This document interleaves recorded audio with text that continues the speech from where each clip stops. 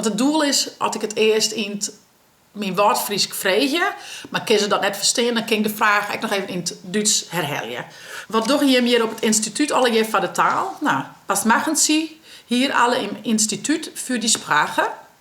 Oh jongens, nou ja, dat is dus mijn Duits. Jong met me in alle Frieske talen. De taal die dus verbindt, hoe klinkt dient en hoe klinkt meent.